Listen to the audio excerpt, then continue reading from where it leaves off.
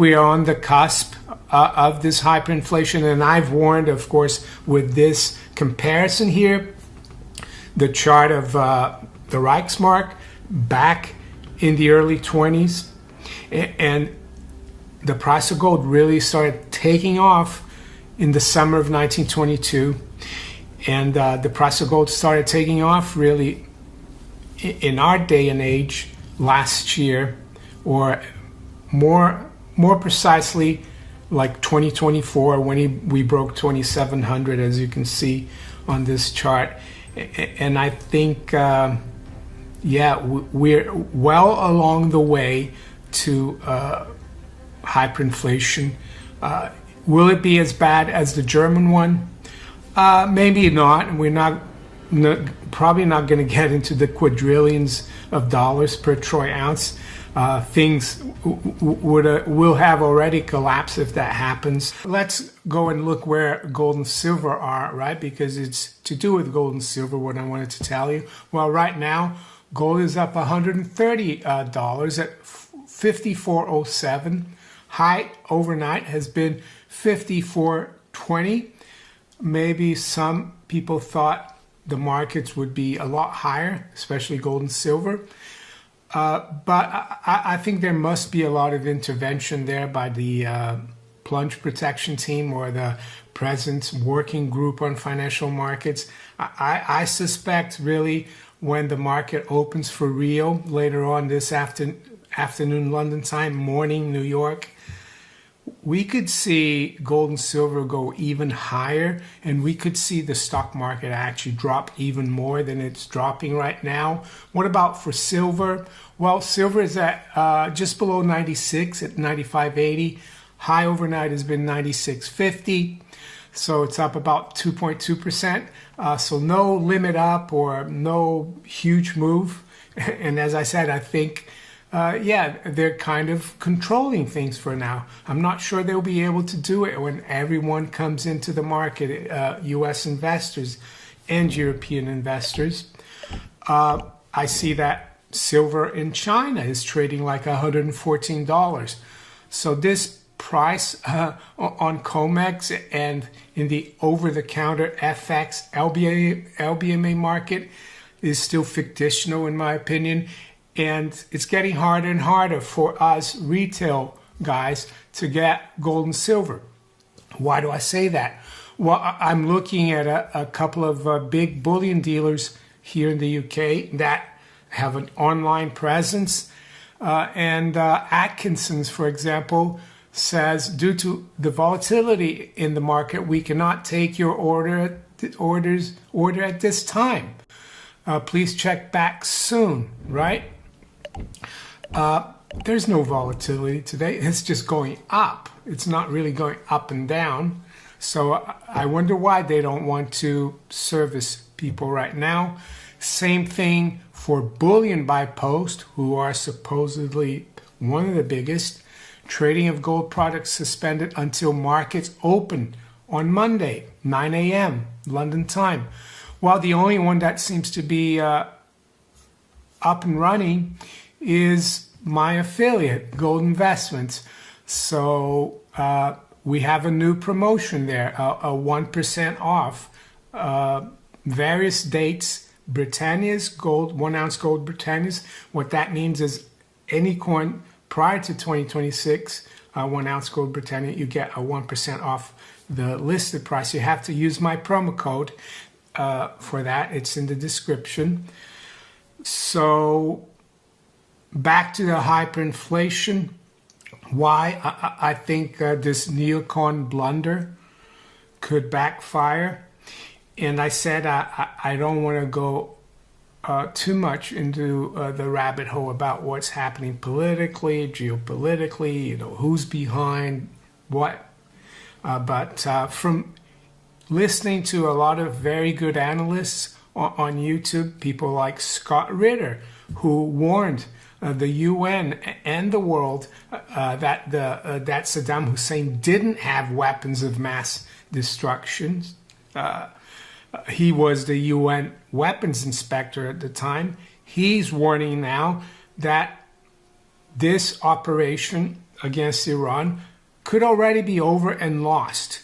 And why does he say that? Well, because the neocons probably convinced President Trump, unfortunately, that it would be really easy to just go in there, surgically take out the leaders of Iran, the Ayatollah, which they have, and then they could change the regime, and everything's fine. But according to Scott Ritter, by killing Khamenei, that's the worst thing that the Americans could have done, because he's become a martyr, and that's going to rally the Iranians, not only the Iranians, but all the other Shia Muslims around the world against the United States. I didn't realize the Ayatollah was the leader for the whole Shia community around the world. He's kind of like the Pope of the Shia Muslims. I think there are 173 million. It's a small faction of all Muslims, but I think even other Muslims are not going to be happy.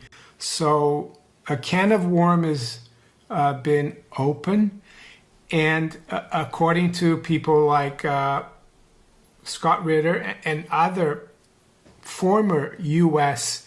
military men, former intelligence people, the U.S. has given itself 4 days to get this done. So they started Saturday, so that's 1 day, Sunday. So we are just starting the 3rd day.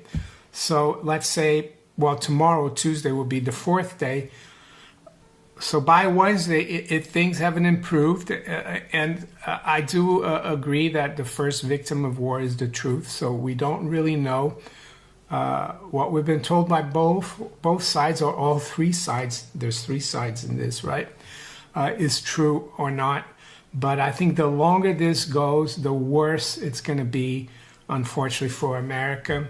And I don't say this with glee, because I don't think Americans or anyone who lives in Iran or Israel, average normal people, deserve this. Unfortunately, this is something that's been pushed by, people high up, right, that we can't really control, but it's going to affect us. And I've spoken many times over the last 10 years plus on this channel about the symptoms of hyperinflation, and it's the reason why I recommend this book. There's another one as well, When Money Dies, by Adam Ferguson. I haven't recommended that today, but you might as well read it too. And the symptoms are many. People don't realize that hyperinflation has got nothing to do with your normal inflation, which is really when you create a lot of money and credit and it results into higher prices or higher CPI. No, this is more than just that. Yes, that helps things evolve into hyperinflation, but the scary and final part of hyperinflation is when the public loses faith and confidence in the state that issues the currency. And I see a lot of unhappiness about what's been done, unhappiness towards President Trump, and I'm not here to slag anyone off. I'm not an American. I'm very neutral in terms of politics, but I think even hardcore MAGA people are very unhappy. Even Alex Jones, who's lately been very gung-ho and very pro what Trump has been pushing, he's kind of like doing a 180, especially after what's going on here vis-a-vis Iran. And yes, it's opened a can of worms. And also, I see Martin Armstrong has warned about this. He's warned that this could trigger the collapse of the fiat currency system, and his cycle system, Socrates. They predict the denouement, or the end, to be 2032. So I still think there is time to get out of fiat currency if you have big balances in fiat currencies. What about the stock market? Is that going to crack? Is there going to be a crack up boom? I'm not too sure. I mean, anything can happen. The Fed and the Treasury and other central banks could step in and use this crisis as an excuse to print even more, and then we could see the stock market go back up. But we would see gold and silver go up even more. We would see hard assets go up even more. So I think we are on the cusp of this hyperinflation. And I've warned, of course, with this comparison here, the chart of the Reichsmark back in the early 20s.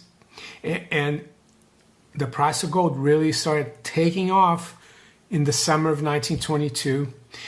And the price of gold started taking off really in our day and age last year, or more precisely like 2024, when we broke 2,700, as you can see on this chart.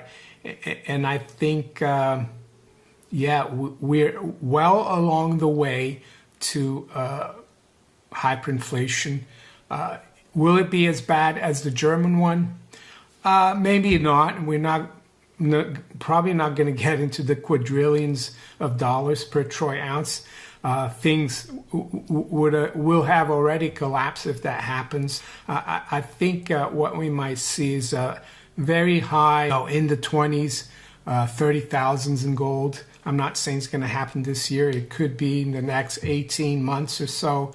Silver, triple-digit silver is already a reality. I mean, if you look at SD Bullion, one of the big online bullion dealers in the US, well, Silver Eagles are trading at $108. So, double-digit silver is not a thing anymore. Only on CRIMEX, right? And the LBMA, which are basically bucket shops. Bucket shops are just betting markets where, the trading of the real thing doesn't happen that often, or doesn't really happen.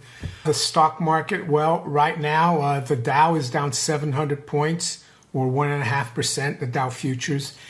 S&P futures is down 1.4%, almost 100 points. And the NASDAQ 100 is down 1.7%, 430 points. And one thing that's quite surprising, I expected treasuries to be doing really well, right? The safe haven play. But the 10-year yield is actually unchanged. It's at 3.97. The 30-year is up 2 basis points at 4.65. And even the short-term rates, let's say the 2-year note is up 2 basis points at 2.40. So much for the safe haven flows. What about the price of oil? And that's very important as well. Well, let's have a look. Brent crude traded up to 82 overnight. Right now it's trading at $79.50. It's up 9%, or $6.60. West Texas, or WTI, crude is at $72.60. The high overnight has been 75. It's up 8.4%. And I think that could take off even more, in my opinion, as well. And copper as well is up slightly here, 0.2%. Natural gas, that's the other commodity, if you want to call it, that's affected by the war in the Middle East, in the Persian Gulf. Well, that's up almost 5%. So